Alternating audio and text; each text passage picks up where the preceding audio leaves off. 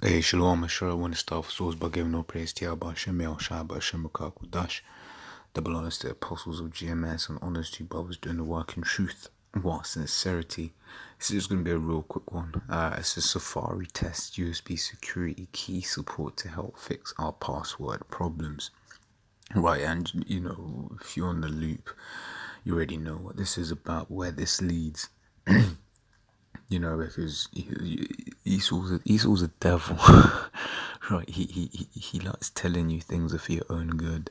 Oh, this is gonna help you, but little do you know, or rather, little does the average man know, that these things are, you know, to your detriment. Right, let me grab this real quick. This is Isaiah 33 and 6.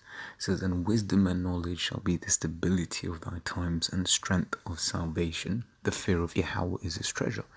Right, so the wisdom and knowledge of what? Of these scriptures, right, shall be the stability of thy times, and the times we're coming into, right, as you read in Daniel the 12th chapter, you know, these are times like never before.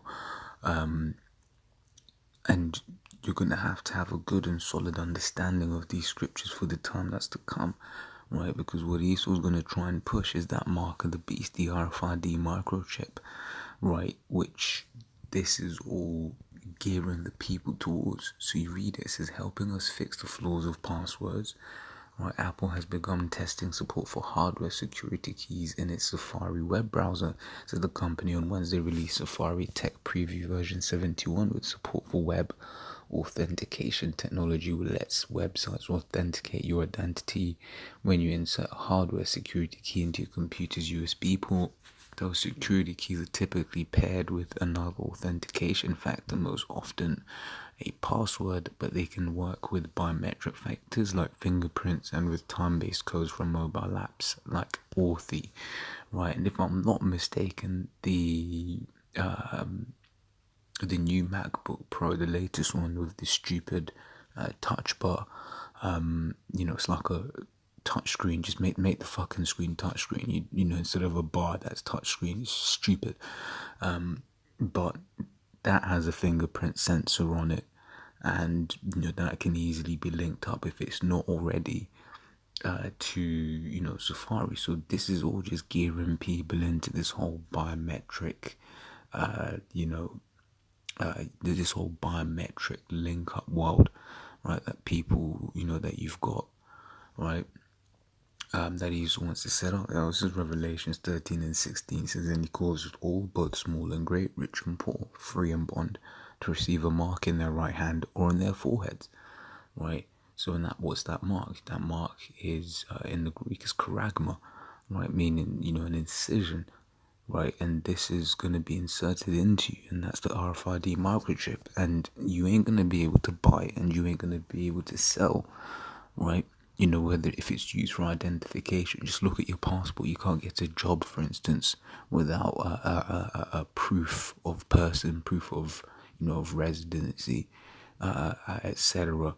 Right now, you might get cash in hand, or this will solve the problem as well, right? Meaning there ain't gonna be no cash, right? So it's gonna be ID, it's gonna be money, right? So you ain't gonna be able to work without this chip, which is what it means by what it says in the 17th verse, is, "And that no man might buy or sell, save he that had the mark, or the name of the beast, or the number of his name." Right, which is why we know the, you know, the mark of the beast isn't Christianity. That's why how we know that it isn't a white women, right? You know, because Scripture says, what do you call it? It speaks about, you know, not taking the mark, right? Well, King Solomon had, and who is Yahweh Shai, if you can receive it, he had women of the Edomites, right? In fact, let's just jump to that real quick. Just yeah, and you know, this is why you got to be grateful, man, because you can laugh about it, you know, guys. How can man believe that? But that's where we just got to be grateful that what do you call it? That we what do you call it? We got to be grateful that we got this truth, right? Because we could have been those people, right? Where am I looking?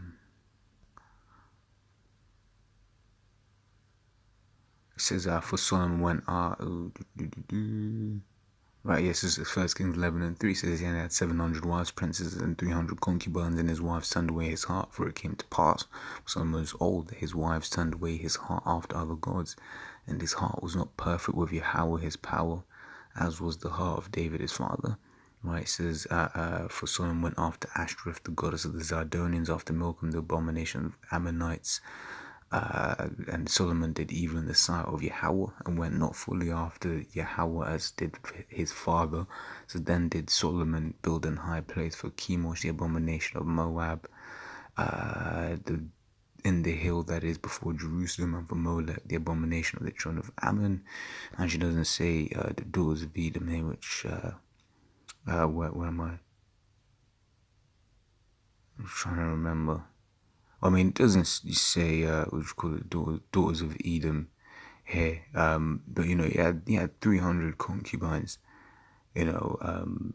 Oh wait, no, it's right at the top. Salat. It says, but King Solomon loved many strange women, together with the daughters of Pharaoh, women of the Moabites, Ammonites, Edomites, Zidonians, and Hittites. Right? But what? Then you have Revelation 14:9. Right, it says, and the third angel followed them, saying with a loud voice, if any man worship the beast and his image, and receive his mark in his forehead, or in his hand, right, the same shall drink of the wine of the wrath of the Most High. Right, I mean, how you can receive white women in your forehead or in your hand, I do not know. Right, but rather should say so-called white women, i.e. Edomite women. Right, it says, the same shall drink of the wine of the wrath of the Most High. So was King Solomon, who's Yahweh Shai, is he gonna drink of the wine of the wrath of the Most High? Right.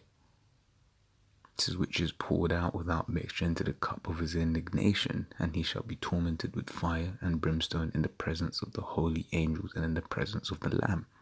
Right, so who's the Lamb? Yahweh Shai. Right.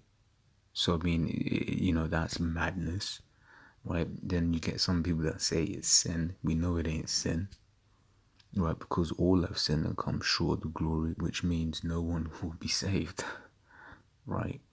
So we know what the mark of the beast is, and if I've got anything else, yeah, I mean, that's, like I said, this is just another direction, another